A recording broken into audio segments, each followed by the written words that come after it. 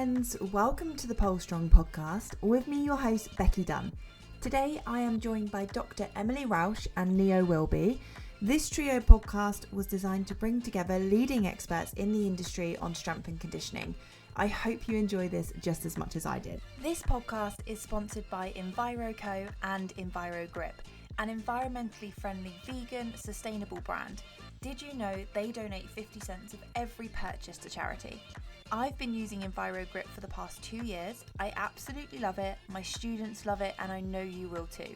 Check them out, and whilst you're at it, you can get 15% off using Becky15. Just make sure to spell my name right. First and foremost, thank you both for joining me. This is a long time in the making for us. It is. I'm excited to be here. Thank you. Yeah, same. It's awesome. This is so fun. I've never done a trio either. So this is new to me, especially online. Me too. I love it. Emily, I've obviously done a podcast with you before, but I'll start with you first. If you give a little bit of background on who you are, what you're about, and then I'll hand over to Neo. For sure. Hello, my name is Dr. Emily Rausch. I am a certified chiropractic sports physician, which is a long way to say I'm a sports chiropractor, and I specialize in pole dancers. I live in the USA, specifically the state of Idaho. No one ever knows where that is, but I usually be like, it's kind of by Washington, which is like Seattle, Grey's Anatomy state. It's fine. I work with people both in person and online to like recover from injuries, prevent as much as you can, like reduce your risk of being injured. And then if you have like specific pole goals that you want to be able to achieve, I can help with them, like help you get stronger or more flexible or whatever you need to be able to achieve them. Yes, good summary. Thank you. Do you know what? We're all like the same, apart from our some of our qualifications are a bit more in depth, but we all provide the same. It's amazing. Neo, I'll pass over to you. Tell us, what do you do? Yeah. So like you said, kind of the same. So aside from the sort of clinical side of it, which Emily covers, which I don't, I'm a strength and conditioning coach, and so I specialize in strength coaching for pole dancers. And I'm also an author, so I published 2 books, one on strength and conditioning for pole and one on pole anatomy. Hey, there's the pole anatomy on. Yeah, it is a really good book.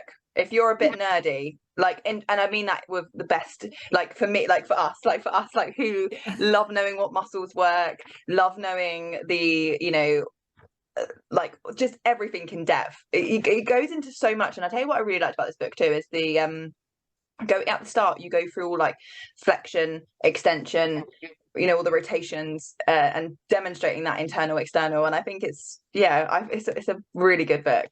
If you're into S&C, want to know a bit more of the body and how it works, then I saw someone, I think someone put a review or someone did say that everybody does need a copy of this book, and I do agree. It's very good. Emily, do you have a copy? I do. I don't have it close to me like you do, but yeah. We spoke about it. It sits on my desk. Your bed or anything. It's a really great book. It really both is. Of your books are really great. Yeah, I recommend them to people all the time. Where I'm like, here's some information that, like, a lot of information that will help you. Yeah. I mean, definitely with the book, I was like, here's all of the information. How long did it take you? How long is that? Like, how many years or months is that in the making? So the first book I kind of started writing in like 2016 when I first started coaching pole dancers, because I was a personal trainer and doing like strength coaching a little bit before that. But as soon as I started coaching pole dancers, I started like writing a lot of blog posts about this stuff, and then I started collating it and thinking this would be good as a book. So it kind of started that process. But in terms of like the actual book itself, like when I actually was like, right, really determined to do this now, I'm going to make it happen, it was about 12 months like of like proper solid work on it. And yeah, but it was like a proper year of like, I didn't do anything else really for that year. And wow. Same with the pole anatomy book. I'd say maybe about 18 months on that one, but that one was a lot less writing and more research, and I made all the anatomy models in the book and stuff, so it was a lot of work, and I was coaching at the same time, and it was so I nearly went a little bit delirious, to be honest, at the end of that one. Well, I can imagine, like, it's even when you set your mind to something like, let's go, we all dabble on this. So Emily, I know you do this too. Even when you're writing your programs, like, you really want the best and you want everything to be the best. So, you know, like, I can, like, sometimes that can be overwhelming when you're writing all these programs and you're like, I just want them to be, you know, top level and not, and I can imagine like putting that in a book. Yeah, it's hard because the thing is, like, that's there forever then, you know. It's not like a blog post where I can go and edit it later. That would be me. I'd be like, this is the pole anatomy book, part 32. I've made another amendment. And that's what second editions are for, right? This is true. Now, I did ask some people. Go on. Oh, sorry. Are you gonna make, because the last time we talked, Neil, you were considering making like another version of it with different positions, tricks, things. Yeah, is that still on yeah. So there's going to be a second volume. Well, actually, there's going to be 2 more volumes of the pole anatomy book. So the second one is going to be like inversions and climbs. So I'm starting to work on that in January. Yeah, so that's going to be fun. I'm so excited. So just focusing on that. Yeah. So it'll be like fewer moves in the book, because the first one has like over 60 moves in it, but it was just the static positions, like the tricks, the actual end point, whereas this one's focusing more on like the actual movement to invert, like basic invert, shoulder mount, handspring, any of the sort of deadlifty ways that you can get upside down onto the pole, plus climbs. So it's not going to be as many moves, but because the moves are dynamic, then it's going to be a lot more kind of in depth about that. There's so much more to an invert than meets the eye, isn't there? Like when you speak about like, it's like the number one goal for a lot of polers when you go in, like you start pole, you love it, and then immediately you're like, I want to go upside down. But the actual application of that and getting people upside down is actually really difficult. And it's not just, you know, people just think it's just like arm strength. It's not. There's so much that goes into it, and having that knowledge. And I think this is where, like, when you become a pole coach, you have the basic anatomy knowledge, but when you actually look at like what we do, we cross train, we give people strengthening exercises, we really think about the muscles that are engaging and working in order for you to be able to achieve your move. That's not available for a lot of people in a lot of schools. I think it's very there's really not a lot of pole PTs, or like people like or Emily, like you do as well, a doctor. There's not a lot in the industry, unless I'm wrong. I don't think there's many. I think there's a lot more now than there were. Yes. Like when I first wrote the first book.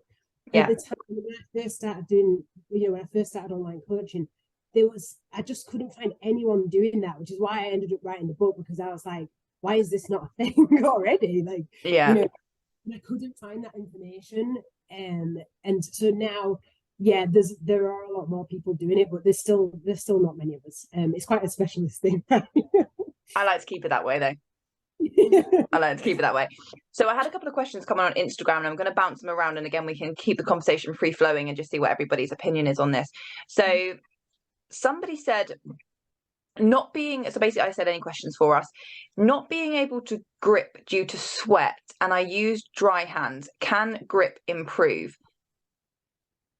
Thoughts? I mean, I would say yes, you can. Like when we cross train, you can improve your grip in terms of strengthening your forearms, your wrists, and then everything else that comes along with it, the shoulder and the shoulder mobility and stability and stuff like that.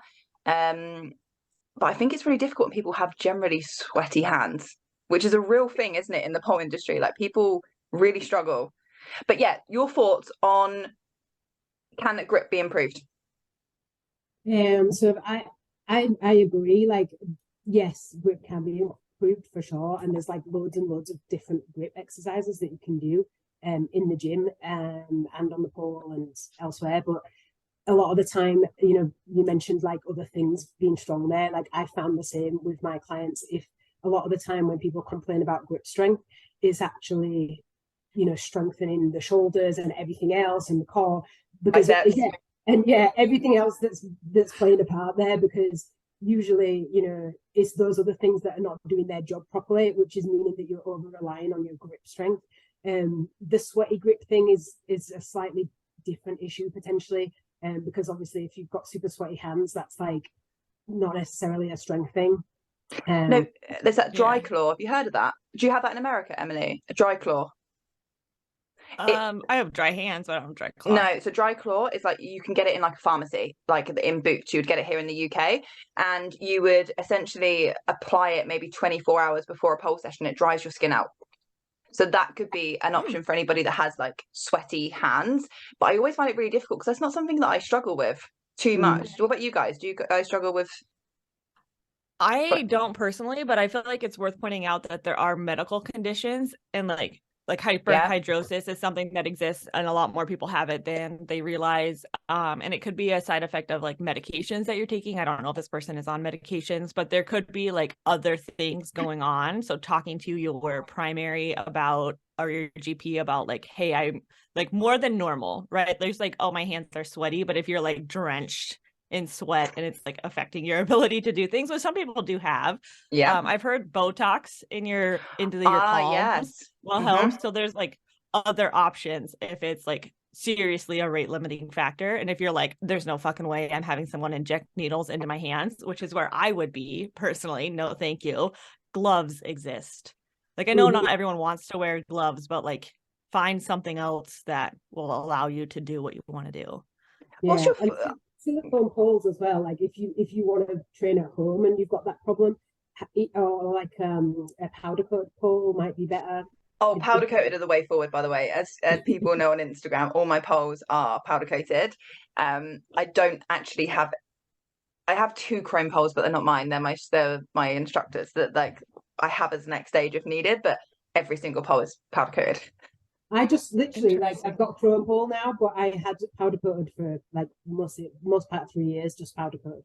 Did you enjoy it? Go on, Emily. You never tried powder coated? Oh, I've never tried powder coated. I've been on a silicone pole before, and that was not super fun. Mostly because I didn't wear the right clothes, so I kept just like scraping my skin on it. And I was like, this hurts. But a powder coated one, I never experienced it. It changes the game. I'm telling you, it will change your life.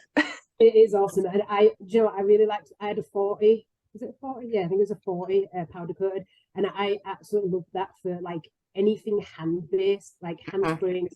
Strengthy stuff with just hand grip. Really, really awesome. When it came to like hanging stuff, bit painful.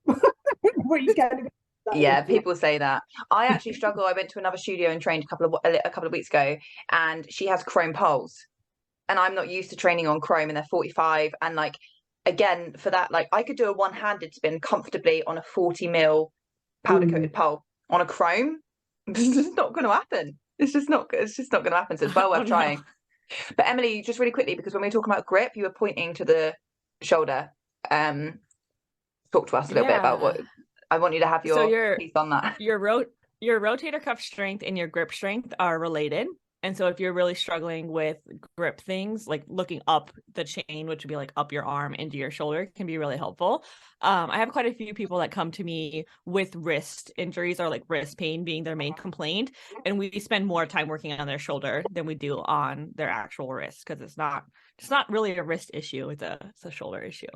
Sometimes it can come from the biceps too, right? Like if your biceps, it can highlight that your biceps are quite weak, especially if you have, I feel like in particular in like bracket grip, when people are really pushing through that bottom arm, like sometimes they initially think it's their wrist. Like you say, it's all the way up the chain. It all links. Like it's not where you necessarily might think it might be.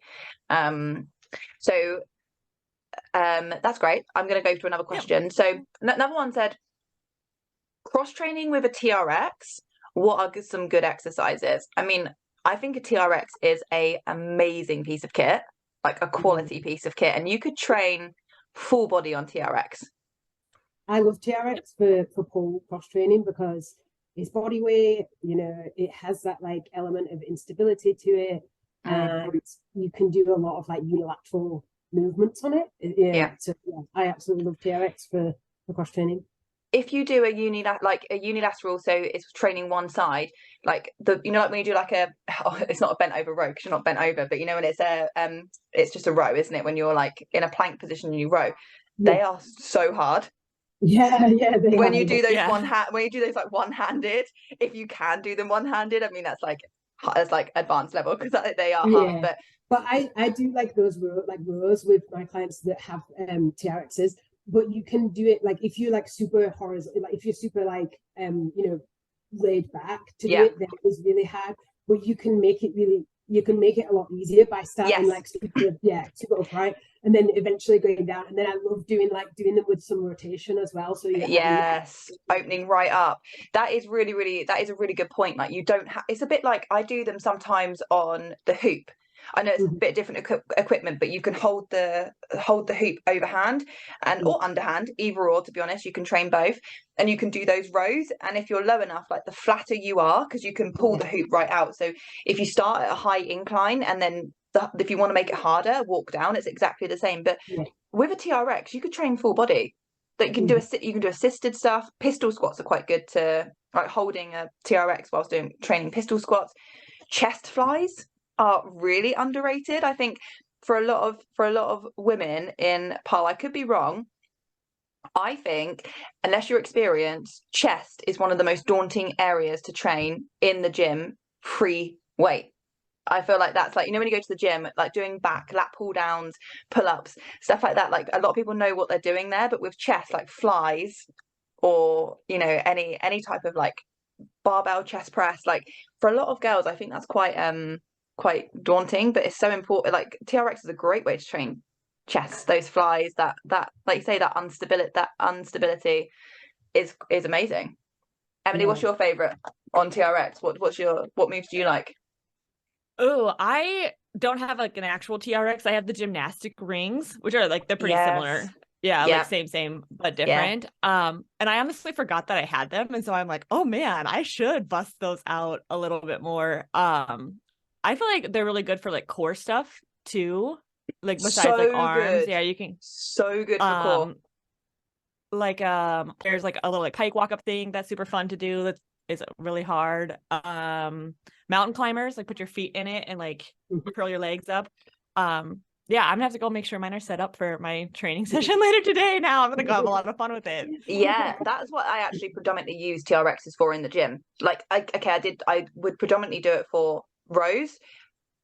I tell you what else is really good is to do anything like when you put your feet in the straddles, the stirrups. They're quite hard though, aren't they? When you're by yourself, sometimes it's really hard to get your feet in. But even doing like elevated press ups, really good. Like even sometimes I used to use a Bosu ball. I love a Bosu ball. But yeah, for ab stuff, amazing. Like even practicing for your handstand press, like doing those jackknifes, tucks. Sort of stuff. Yeah, so good, isn't it? Yeah, I like doing them like the sort of oblique version of that, where you have like your hands like stacked, so you're in like a plank position with your feet in the straps and your hands are like not on the same level as each other, and then tucking up to the side. They're so good for those crunches. With bent legs, but then progressing it to straight legs, and it's awesome for like a lot of deadlift and stuff, and particularly for like brass monkey deadlift. I find that really useful for that. They're so beneficial, I think, if you can, and they're so transportable too. Like if you have a space where you could put them up, like I think they're an underestimated piece of equipment. You can use them as well for like active flexibility work. So I tend to do like more like slider based stuff for active flexibility, but like front split sliders where you're in like a front split type position, you're sliding in and out of the split and to get that like active control in and out of it. You can do a similar thing with the TRX where you're like in a kneeling position with your foot in like one strap or both straps, and with the strap really close to the floor, and then you can do the same like sliding in and out, same with like middle split stuff. And it adds like, it's a little bit like harder to set up with the TRX, but it adds like an extra element to it, because not only are you working in that like sagittal plane, but you've got a lot of other like directional things that you have to stabilize against. So I really like it for that as well. Yeah, I just think I'll tell you what else is fun, doing the splits in them. Yeah, that always looks so cool. It always looks so cool. And then people in the gym think you're a badass too when you're splitting in a TRX. I would get stuck if I did that. Like I'd just be like hanging there. Like you've got to have the strength to get back up because they're so unstable. I know, right? Love that. I definitely have started peppering in some TRX more into my cross training. Like I do really enjoy, like, I predominantly, my favorite piece of equipment is a kettlebell, like all day long. It's my absolute go-to. I think you can build such an amazing physique and so many benefits of it. But I really do enjoy writing gym plans too, and like all these amazing other exercises that you can do with other pieces of equipment too, right? Like TRX and fun stuff. So predominantly, when you're with your cross training plans that you do, so Emily, I'll start with you first. What is the main body of your equipment? Because I've seen that some stuff that you're quite big on body weight at home being like accessible for a lot of people and not feeling like because you don't necessarily have to go to the gym to cross train.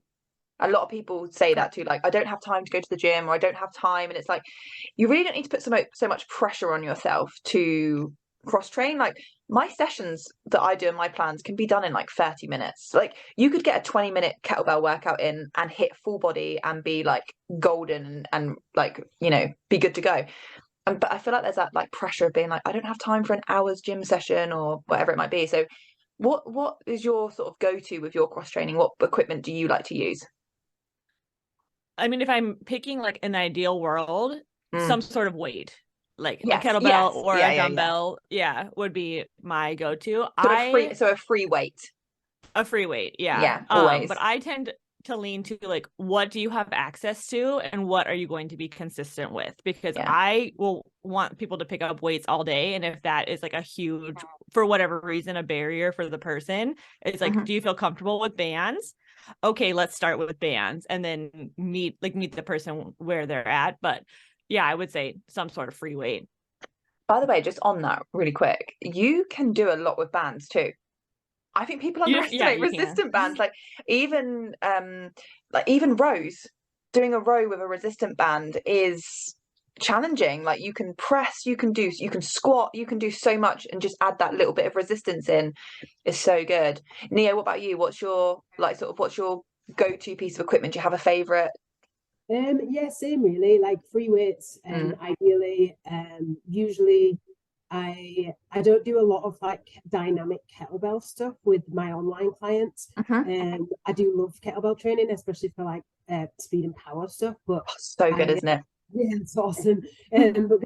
Because it's quite sort of technical skill, you know, it's quite skill based. I tend to do that with more advanced clients, but mostly dumbbell work, I would say. Like, when I first started my programs, a lot of the exercises were barbell based, just because like that was my background, and I was like, you know, doing coming from a PT background, I'm based in the gym. And then obviously, like, very quickly realized that most pole dancers actually, the reason why a lot of people get into pole is because they don't really like the gym, and then they found this like kind of exercise that they love that's not the gym. Like, it's almost like the anti-gym movement. Like, a lot of pole dancers just don't go to the gym, and then they want to cross train because they want to get better at pole. So people, I tend to do most of my programs now with like dumbbells or kettlebells as like free weights rather than barbells, and resistance bands where people don't have access to dumbbells. Well, it's going back to that fact of being like, I don't really want to go to the gym, I've got this at home,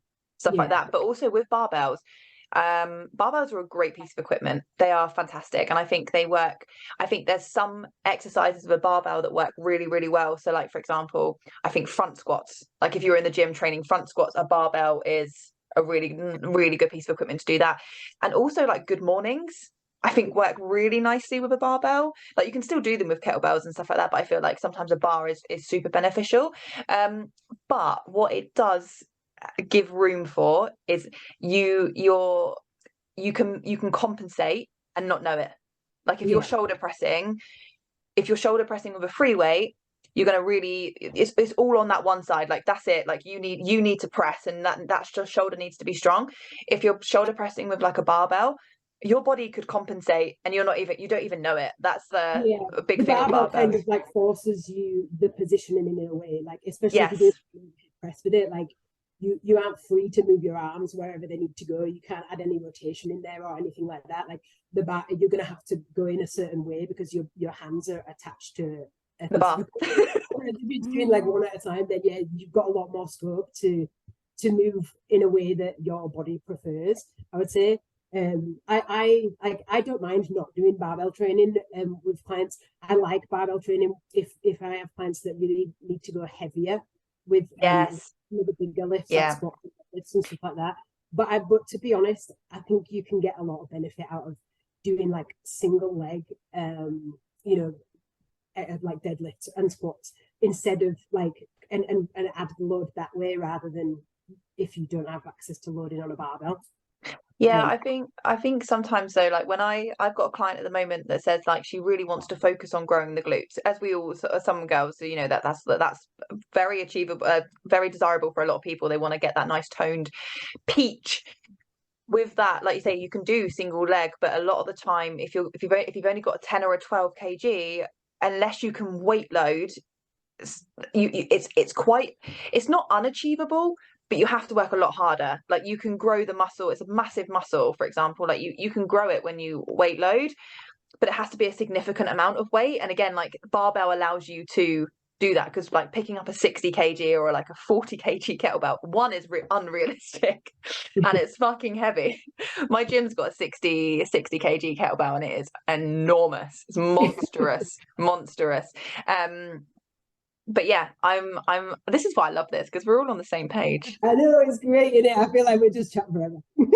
I will also add though, like I love barbells. Like if you ever watch me lift at my house, like I'm lifting with the barbell 99% of the time. But if you think about what you're doing with pole, if that's your goal for cross training, like there's not a lot of things that are like on both legs or on both arms. There are, like, don't get me wrong, they are, but like a lot of times one thing is pushing and the other one is pulling. So you have to have that like single arm, single leg strength. And like we talked about the barbell, you're like forced to use like the one pattern in both, so you can like create the like push and pull with a single arm stuff, like with a kettlebell. Single arm is so good. Like I put a post the other day, something I see a lot with pole dancers, you guys are definitely going to agree with this, but is that compensation for a pull-up. Have you know when we do a pull-up and it's like up to one side, okay, I'm up. That's all corrected through unilateral movements, and it's the reason why unilateral, I think, just you're exactly right, Emily, like it's all relevant to what we do. Like barbells are great, all the pieces of equipment are great, but what do you want to achieve? Because the single arm stuff is really transferable to us. And single leg stuff too, like a lot of, like if you think of like a lot of like lungy get up positions where you're balancing on one leg and your other leg is like swinging or doing something, and you're like, do you have the strength to do that on one leg, or are you used to always getting like up and down with two legs?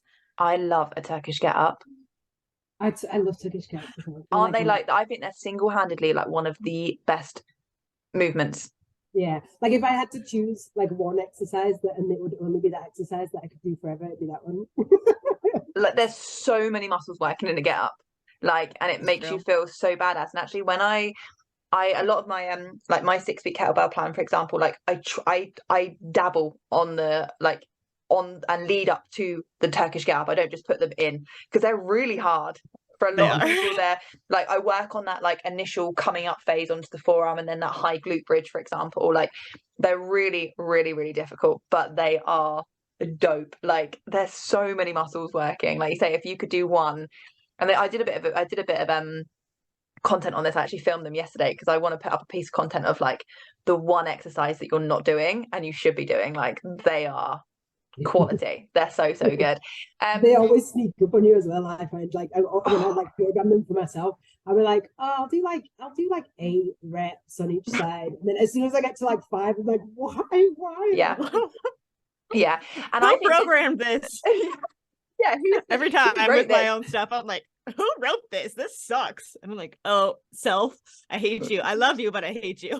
Yeah, I do it sometimes. Like I run a kettlebell class on a Monday. Sometimes I'll be like, I'm in a real rush, I'm just going to take a workout from that plan. And then when I do it, I'm like, this is fucking awful. Like I feel sorry for all. I almost want to put an announcement out to all the girls that are doing it and guys being like, I'm sorry. But something actually about I spoke unilateral movements on the one side because I was relating to the pull-up, but Emily, you're totally right. Legs are so important, and Neo, this is something that I think highlights in your book so significantly, as it really highlights how many muscles are working. And if you you know, if we're working, I work with predominantly polars from all different levels, but mainly people that want to get their Aishas, their extended butterflies, their deadlifts, their brass monkeys, you know, the real handsprings, the real big, dynamic, powerful moves. I don't think people realize how much leg strength, engagement, well, actually the engagement comes from your legs being strong, but all of that like plays a role in your strength training and being able to do like the brass monkey deadlift, for example. It's not just your arms and your core that's working. There's so much more to it. Yeah, that's it. Like everything has to work together, right? Yes, it absolutely does. And I you know, it's like I love like with KB training, for example, like how you train the core. Like people don't know that, like when you think of the core, you think of the prime movers, just that nice 6-pack that you see, or the 4-pack that you see, not thinking about the core as a whole. And, you know, like a lot of the time we use our obliques a lot, you know, like the corset of the core. So we need to train all of that. We need to train, and this is why like training deadlifts and squats and or like lunge, any full body movement really is so important, because you need the secondary benefits of your core. It's not just the little ab crunch that you do and be like, okay, right, my core's super strong now. What do you guys think about that on core training and train like as just the core in general? I mean, I agree, and I feel like a lot of people forget that your core includes your back, like your back muscles, and so like low back pain is the leading cause of disability worldwide. And if we were to like actively work on our entire core, which like includes like the back muscles, maybe we wouldn't have it. So things like deadlifts, and like the reverse hypers and side planks and front planks, reverse planks, like instead of just being like, I'm going to go to the gym and do 80,000 crunches to try and make my core stronger, I think we wouldn't have as much back pain in the world. Yeah. And then you'd also be better at pole dancing if we're gonna like circle it back to pole. And it comes from your glutes, right? When you have like weak glutes, I'm talking from experience. I've had a really bad glute injury before. Very, very aware of where that weakness is. But when you go through a recovery program, it's all about strengthening your core. Yeah, core, like glutes, it comes from that. Yeah. Turns out everything is connected in the body. So who would have known? Just, like hyper focusing on one area when who would have known? Get better. Something someone asked as well, it's about I know we discussed it earlier, was the protein comment. So when you put out a story last week, you know how people react to your stuff on socials, Emily, you know. Yes. When you put it out last week, I want to deep dive on this with you too. So it's talking about taking protein and how it's not beneficial to take it before a workout. Now, yes. So I had to go through I'm going to hand this over to you. Okay. You take the floor on this. Well, it made me like when you sent us that screenshot yesterday, I was like, what the fuck are people talking? Like, sorry, I was like, what is that about? And then I had to like go through my like archive of my stories, because I'm like, I did talk about protein. What was I talking about? So I have a friend that's an instructor who was like telling me about a private lesson that she had. And she's like, this girl comes in, she's usually super strong, able to do all of the things that are like on their like pretty advanced like lesson plan. And like this one day, the girl was just like dragging ass, like had no energy, doing like minimal things, like, and it was very confusing. So my friend was like, what's going on? Are you okay? Are you not sleeping well? Blah, blah, blah. Well, the student said, I decided that I wasn't going to eat carbs anymore. I was only going to eat protein. So like 0 carbs in her diet and subbed it for protein. And I was like, oh my God, like what in the world? Right. Okay. I get it. Okay. Yeah. So that was the first thing, the first story post was like a PSA, like as a human, like you need carbs. Your brain can only process carbs. So if you're not eating them, you're going to be like lethargic. You're not going to have like the ability to move or even just like process like normal thoughts. So like, please eat carbs. Obviously talk to your dietitian if you have any like medical conditions where you need to be aware, aware of like your blood sugar and things. Like I'm not trying to blanket statement for everyone. But as an athlete, you need to be eating carbs. You do need to eat protein and fat too, but carbs are very, very important for an athletic person. So on that vein, my next story post was like a PSA of like, if you're going to eat either like a pre-training meal or during a training meal, it needs to be carbs, not protein, because your body cannot process protein fast enough for you to get the benefit in your training session. So which I'm assuming is why you're eating in the middle of your training session, is to like have energy to continue training, not have your like energy levels dip because you chose to eat like a protein bar instead of something that's more carb based. Okay, so we're talking about it from an energy perspective. So in order for your body to produce the energy that's required and the ATP breakdown and stuff like that, that's where you're coming at it from in terms of fueling for the energy system. Carbs will be more beneficial than protein because of the way how quickly it gets into your bloodstream. It's the sugar levels and stuff like that. So we're talking about it from an energy level perspective, right? Yes. Like obviously you need to eat protein. Like I'm not saying don't eat protein, and if that's what people took away from it, like I would maybe I'll reshare it so people can like reread it. You do need to eat protein, you do need to eat fat, but then when we're talking about like for your training, leading up to your training and then during your training, carbs need to be your focus. And the timing of it matters, which I think is where like people, they tend to be like confused and a little bit frustrated, where they're like, but I ate before I trained. Why am I still lethargic? I ate a meal or I had a snack before I trained. Like, why do I like not feel good? Why do I feel like I'm like, ugh? And then you ask them what they eat and they're like, oh, I ate like some nuts, or I had like something that's like really high in fat. And I'm like, okay, like that's great that you like ate that meal, proud of you, but that's not going to pay off for what you're asking it to do. So proud of you. Proud of you.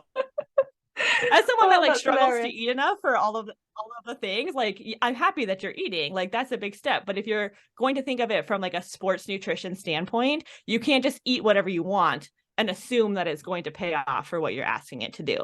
And that was where the like PSA, because like honestly I teach like back-to-back classes and I'll see people chug a protein shake in between my classes and I'm like, what are you doing?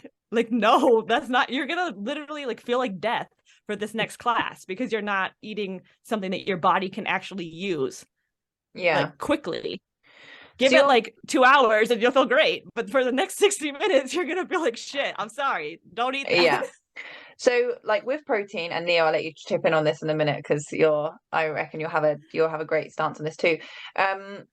Like protein is will still like your body can still use protein as an energy source. But like you say, it's what you favor to what you have. Like your body will always use carbs above and anything else as a first point of call for energy source, and it's going to replenish a lot quicker. Like when we think about I think when we deep dive on the energy systems and look at the energy system that we use when we're polling, we need that carbs, sugar, that quick source of energy.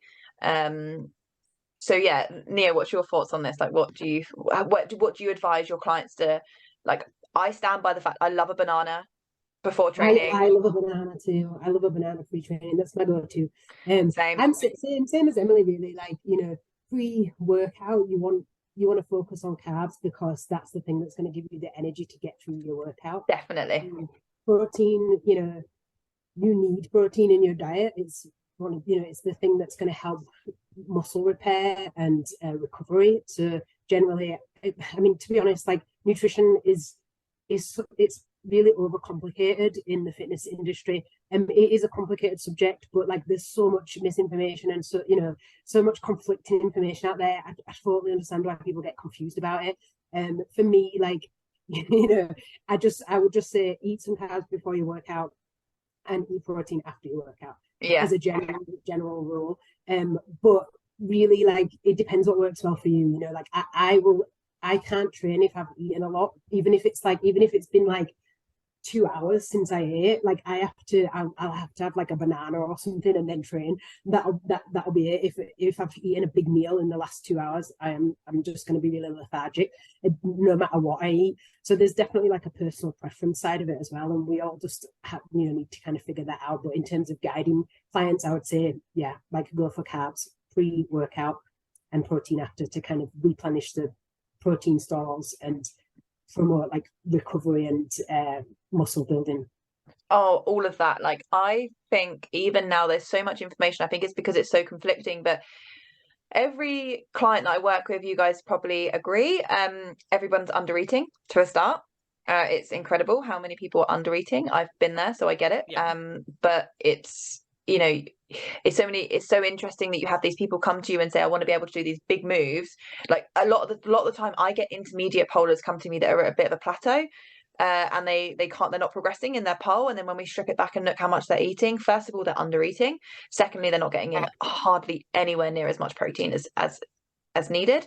What did someone say to me a little while ago? They thought that it was something crazy how much they thought they needed to consume over the day.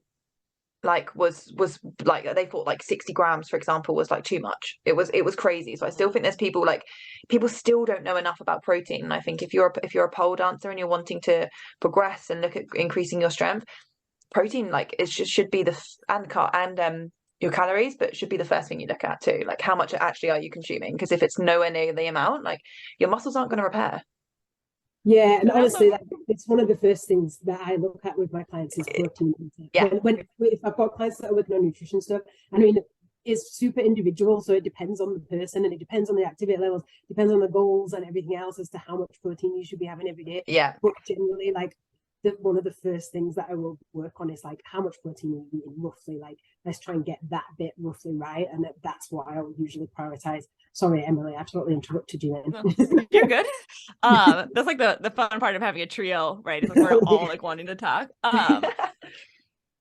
I feel like two things I want to point out. One is that nutrition, like just like what you're eating, is so intermixed with diet culture. And as like females, there's a lot of like, we should be small, we should be like eating not a lot, like it's not ladylike, all of that.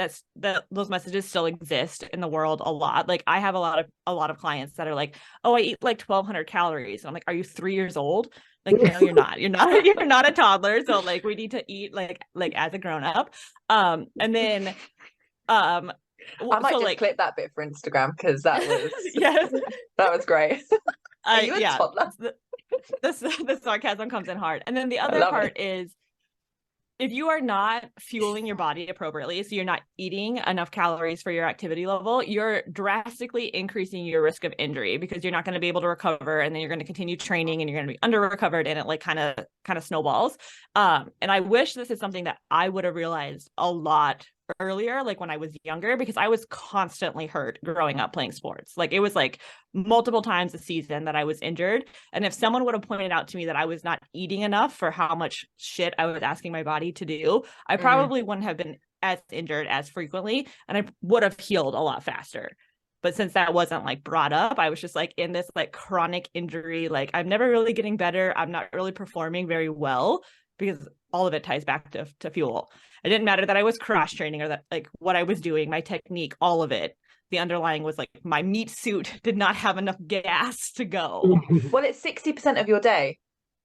Nutrition is 60% like of the total daily makeup.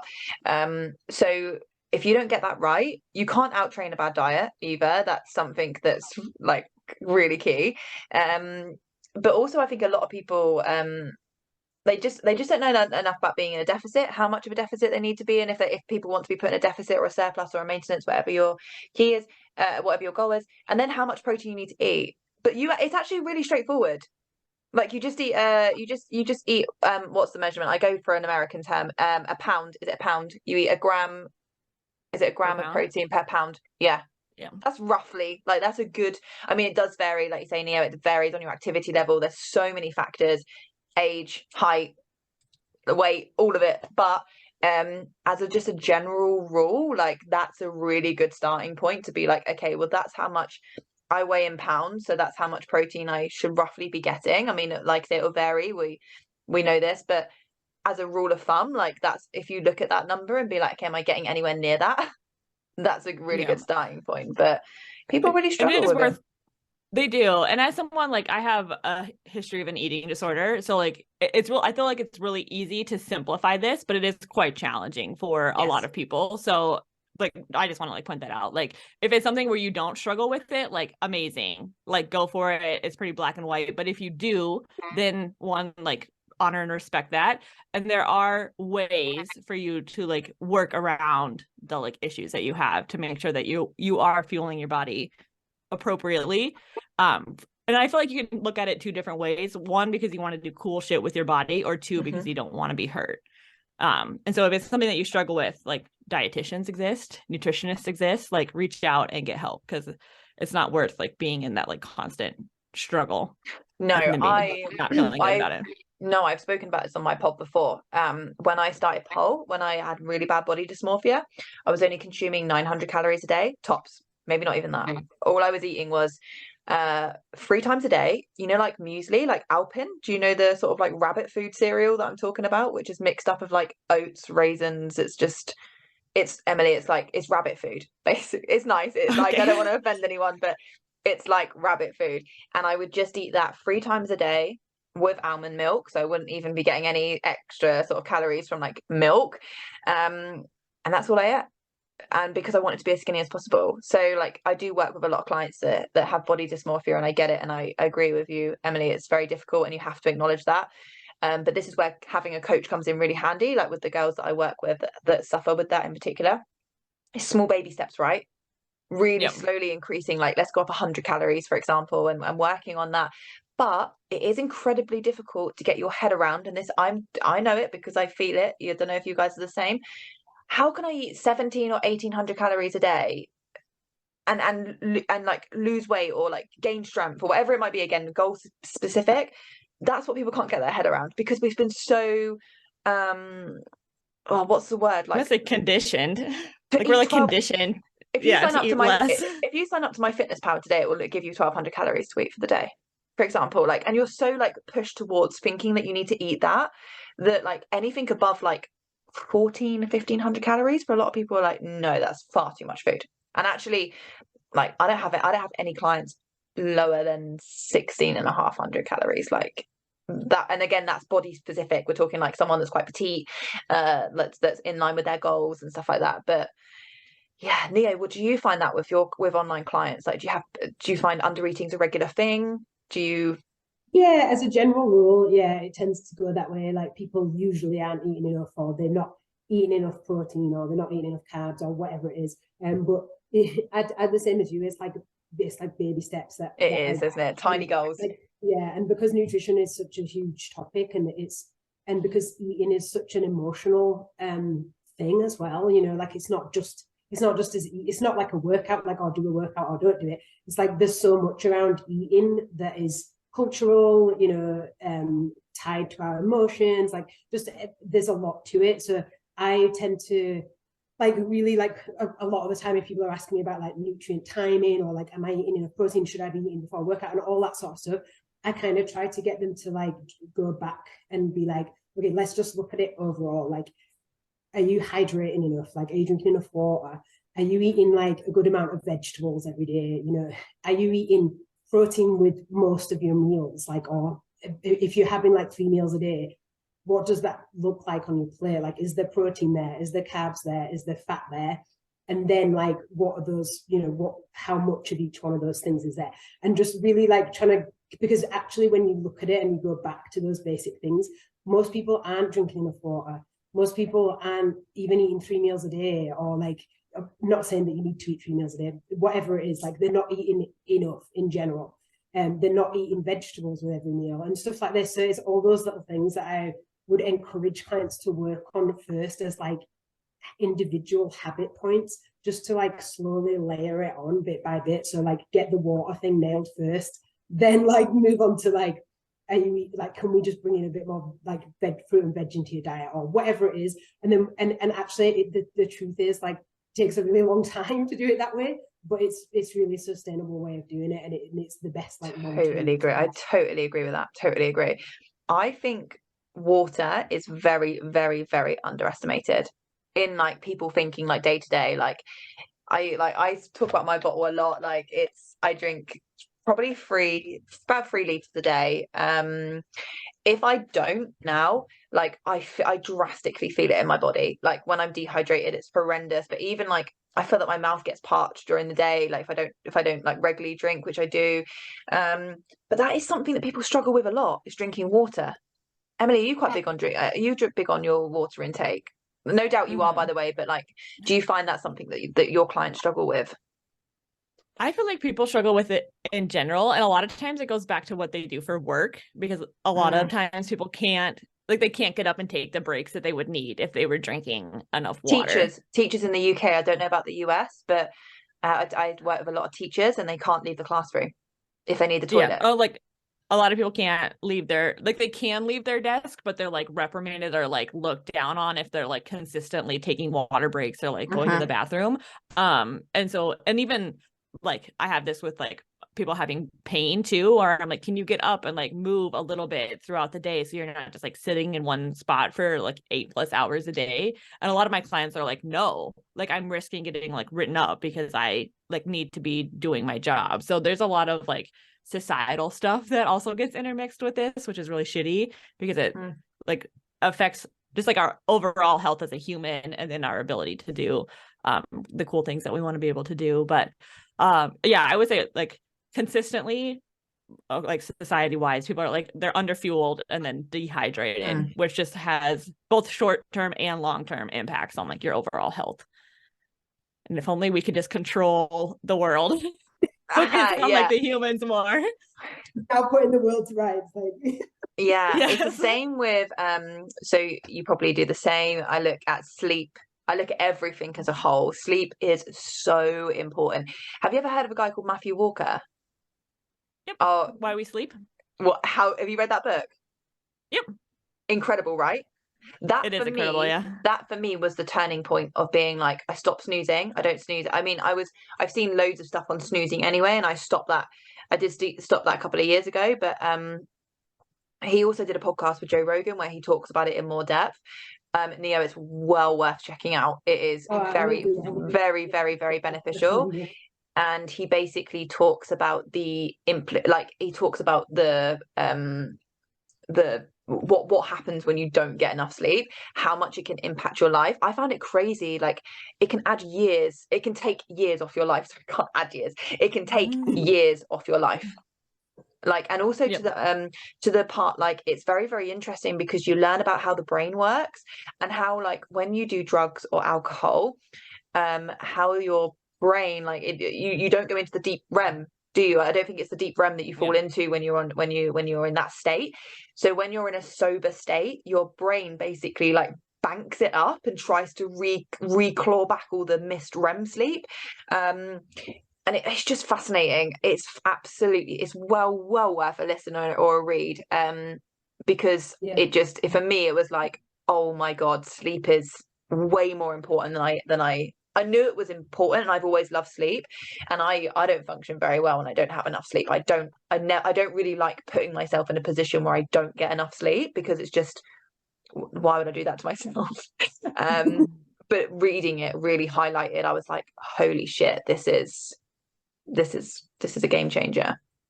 So you're quite big on the book's sleep. called Why We Sleep by Matthew Walker. I will say, if you're going to listen to it on an audiobook, that listening to someone talk about sleep will make you sleepy. And so for me, at least, I was like, oh my God, sleep. So picking a time of day where it like makes sense for you to read it, and you'll like actually retain it. Cause I tend to listen or like read books as I'm like trying to relax for the day. And then I would be like falling asleep when I'm like, no, this was like not supposed to be like sleep time yet. This was like wind down and then like do your bedtime routine. But no, it's a super interesting book. There's another one called Breathe or Breath. Yes. That's like a really interesting one too. I haven't read that. My husband did. Is that I can't remember who that's by, but he listens to that on audio. I don't know if Matthew Walker, or does he do his own audio books? I'm not sure. No, I'm not. I can't. But yeah, Neo and everyone listening, it is, if I could, I recommend it in my online coaching too. Like all the information I send out to people when I talk about sleep and why it's important, I'm like, if you don't believe me, go check out this podcast. Go read the book. Here's the link to the book. Like, honestly, I'm like, you need to check this out, because it really does open your eyes to why it's so important. That sounds awesome. I mean, to be honest, like I don't really need convincing about how awesome sleep is, because I love sleep, and I always, like I think it is so important anyway. But I'm always happy to read some like confirmation bias stuff. Yes, right. Yeah, it's definitely important. it's more the impact it has on you when you don't. And like say like how the brain works, like basically when you snooze, you're like every sleep cycle is 45 minutes. So when you snooze, your body goes back into a sleep cycle. So when it goes off in 10 minutes or whenever it is, you're abruptly waking up your brain, and therefore it can take like 4 hours for your brain to then like properly wake back up again. So when you're driving to work feeling super groggy and just feeling a bit shitty, a lot of the time that stems from breaking that sleep cycle, like just disrupting your sleep pattern. Like it's super interesting. Anyway, I'm being really boring because I love the book. It's so good, isn't it, Emily? It's so It is. I've got a Whoop tracker, a fitness tracker. Yes. But it tracks sleep on there, and like I'm so like nerdy about the stats on it and stuff. But it tracks like your deep sleep and REM sleep and everything else, and it's amazing like what impacts it. So if you were saying about alcohol, how it changes like the REM sleep you get. Even if I just have like a couple of glasses of wine, it really disrupts my sleep patterns, and I'll get like a lot less REM sleep that night, and then the night after, like it's like you said, like your body like has to start banking up, claw it back. So then it just like that's why then the next day, even after having a couple of glasses of wine, I'll be way less recovered and performing way lower in my workouts and stuff. And then the next day I'll wake up feeling like a little bit like weird because I've had loads of REM sleep. Yeah. Well, it's when all your recovery happens. In that REM phase is when the nervous system recovers, when everything, all of your recovery that you need happens in those periods. So it's really, really beneficial. So again, I don't need to know the importance of it. I'm on board. I'm sold. Like I love my sleep. But yeah, that is an excellent read. What else are you? That's my reading list. Yeah, what else are you guys quite big on? Is there anything else, like apart from, like for me, I also record people's moods as well. I get people to track their moods and sleep and all of that sort of stuff. Is there anything that you work with your clients that works really, really well, or anything that you monitor that you think is super beneficial? I think we all do the same, but I'm still going to ask. Yeah, we do. Yeah, all kinds of stuff really, and it's really individual. But I tend to, because like everything that you do in life like impacts your workouts and your performance and your recovery. So I tend to do like a lot of stress like related stuff, like stress tracking. But because the stress can be caused by so many different factors, it's all of those individual factors that you then end up like tracking. And it's the levels, isn't it? It's the cortisol levels. That impacts so much too, right? One thing I was a lot of people. Go. Sorry, I would say like stress is one of mine too, because the more stressed you are, the less stimulus it takes for you to experience pain. So a lot of times people think like pain is because like your tissues are damaged or something is like structurally wrong, but really you can experience pain and have like no tissue damage and like no structural issues. So as your stress level increases, it doesn't take as much stimulus for you to experience pain. And since I deal with people that are injured on like a very frequent basis, and they're like, I don't understand why my pain levels went from like a 2 to a 7, and I'm like, what's going on in your life? Like, what else is going on? And they're like, oh, this happened and this happened and this happened. And I'm like, okay, cool. Like, we need to figure out what we can do about all of those things, and then your pain level will drop, like almost guaranteed. And they're like, no. Yeah. And I'm like, no, like actually, like listen your to nervous me. system's in overload. So like we need to like deregulate it a little bit, which will just make your pain go down. So something that I wanted to finish on, because I know Neo, you have to go. We could chat all day, right? Like this could be like a 3-4 hour podcast. Like this has been great. Anybody want to listen to it? That one was 3, but yeah. No way. I reckon this will be super popular. I think it will be. Like you've got I think it will be. This is a good trio. If I do say so myself. It's supplements. So for me, one supplement that I'm really big on is CBD. I have been taking CBD for years. I bloody love it. It really, for me, helps with recovery. I don't feel like I have DOMS as much when I take CBD. I take the drops for sometimes if I'm feeling a bit anxious. They really bring me back down to my sort of state. I have balms. I use CBD for like anything and everything, I use CBD. What are your guys' thoughts on supplements? I mean, a CBD isn't really a supplement, so but you know it sort of sits within that field. What's your thoughts on that as a whole, like supplements, stuff like that? I know it's a minefield because there's so many supplements. The biggies being protein, creatine, stuff like that. What are your guys' thoughts on that? I would say like it depends upon what supplement, obviously, because there's a lot of them where you're just like you're paying to have really expensive pee, which like if that's how you want to spend your money, like I'm not here to judge you. I'll judge you a little bit, I'm not gonna lie, but like it's your money, you can do what you want with it. But there are things that people are like pretty chronically deficient in, and I do recommend that you go get your blood tested before you just start like randomly taking supplements. But vitamin D is a huge one that like a lot of people that live in like cold areas that don't have access to the sun, because you need the sunlight for your body to like actually process vitamin D and like create vitamin D. And most of us spend like the majority of our time inside, and then we train inside, so we're like not getting enough sunlight. And then like magnesium is also one that people tend to be like pretty deficient in. And then like I personally take a fiber supplement because that's something that I really struggle to get in my like diet, and that has like GI it's like consequences on down the line. So those are my personal 3 that I like recommend for people. Really, really quick. Why? Because I do Vit D, Vit C. Something that I was taking at one point, I've spoken about this before, was magnesium, zinc, calcium in as one, and it gave me the craziest dreams. Like it unlocks a part of my brain that does not need to be unlocked. Like I don't know what's going on in that part of my brain, but like it was like it's like almost, this is really dramatic, but it's almost borderline traumatic, the dreams that we're having. They were so deep. So I had to stop taking it. But you're right, like I don't know what, I think it's the zinc that does that more than anything else. So I think I need to look maybe just taking magnesium just by itself. But zinc's really good too. Yeah, Neo, that's interesting. I had that with melatonin. I struggle to sleep, so I was taking melatonin for a while, and I had the craziest fucking dreams. Like I was waking up like legit like scared. I'm like, I don't want to sleep. Like it's not worth it. It's not refreshing. I was like, I will take my like decreased recovery, my decreased sleep over like what is happening while I'm on melatonin. Where is this coming from in your brain? You know, I'm like, I'm waking up like. God, this is like, I'm like waking up being like, oh, thank God I'm awake. Thank God. Yes. Back in the real world. Not worth it. No. Nia, what do you take? What's your go-to? Yeah, I actually tried like a sleep supplement once with melatonin and had the same experience as you.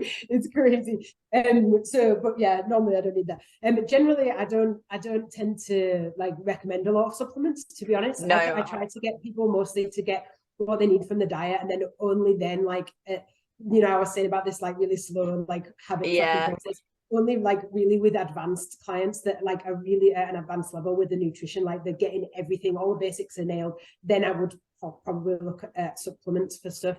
So and then just base it on really individual needs. But yes, I know you said CBD, not really a supplement, but I have a lot of clients that use it, and I use it myself as well. And I think yeah, I think I do too.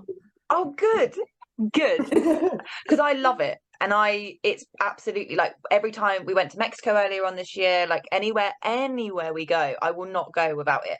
I like, it is that embedded into my routine. Like it helps me sleep.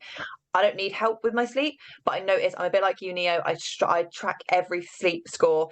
My score didn't really drop below 80 after like I really started tracking my sleep in CBD in December last year, and it very, very, very, very rarely drops. Like it really does help me sleep. So what do you take? I have like I used one called Trip, and it's like dropped. I don't think it's super strong, to be honest. Like I have friends that I know that are strongmen and work in like on the like strong men and strong women, like, and they take really strong supplements. Yeah. And because you can get different milligrams, can't you? Yeah. And when I showed one of them like what I was taking, he was like, oh, that's like the really, really like weak one. I'm like, well, you know, it works for me. Yeah, I think mine's like 25 milligrams. Mine are. If you take 2, I've had 2 clients now that have taken. I only take 1 CBD gummy. That's what I take, the gummies, and I only take one, so that's really what you need. And then I had a client that took two and missed her alarm. I don't know how, like it, but they can be really strong if you do take a lot. But yeah, I have Ems, what do you? Oh, go on. So I also have like the drinks, like, but I have them in an evening, like, and they're really weak, but I use them as like sort of like alternative to wine, because I really like a glass of wine, like, to relax. But if like, I could easily drink wine every night if I'd let myself. So I have like CBD drinks as like an alternative, so that I don't. That's cool. Just so that, like, because it's like a psychological thing where at the end of the day I'm like, right, I want to kind of switch off now, and and so I'll have a CBD. Love that. Yeah, that works. That works. Emily, what do you take? I have a lot, to be honest. Like, I have like a little shelf in my bathroom that's like all my CBD products. So I think this is balms. such a good message. I'm so glad that you two are both on board. Like, it just goes to show how much it is used, because I think it's great. I do too. Okay, so in your cabinet of drugs, what have you got? Yeah, so I have like a muscle rub, I have gummies, Yes. I have a tincture, I have a few different tinctures. I have ones that are just like pure CBD, and I have some that are mixed with THC as well. Like, Tink obviously don't do marijuana if you're... Tink's quite strong. Yeah, because is that the one that we can't get in the UK? Yeah, so yes, you can, you can't really get it in the UK. You can get it brought in. I've tried Tink. I didn't really like it too much. But yeah.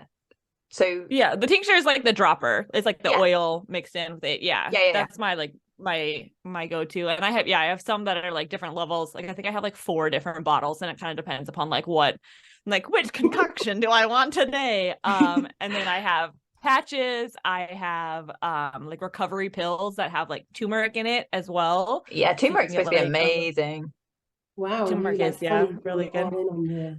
On that. I have my Black Friday. One of the things I get is like a massive like CBD order, and I just got my box like Black Friday is like after Thanksgiving. You need to be sponsored. I do need to be sponsored. I should like reach out to the company that I buy stuff from. I use Organic Relief for quality. They're really, really good. I love that.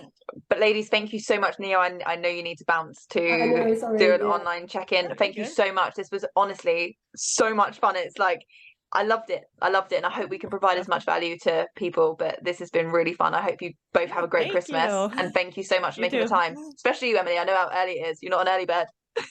We're here. We're doing it. Woo! Anyways, have a great weekend. Thank you so much, ladies. Thank you. I appreciate it.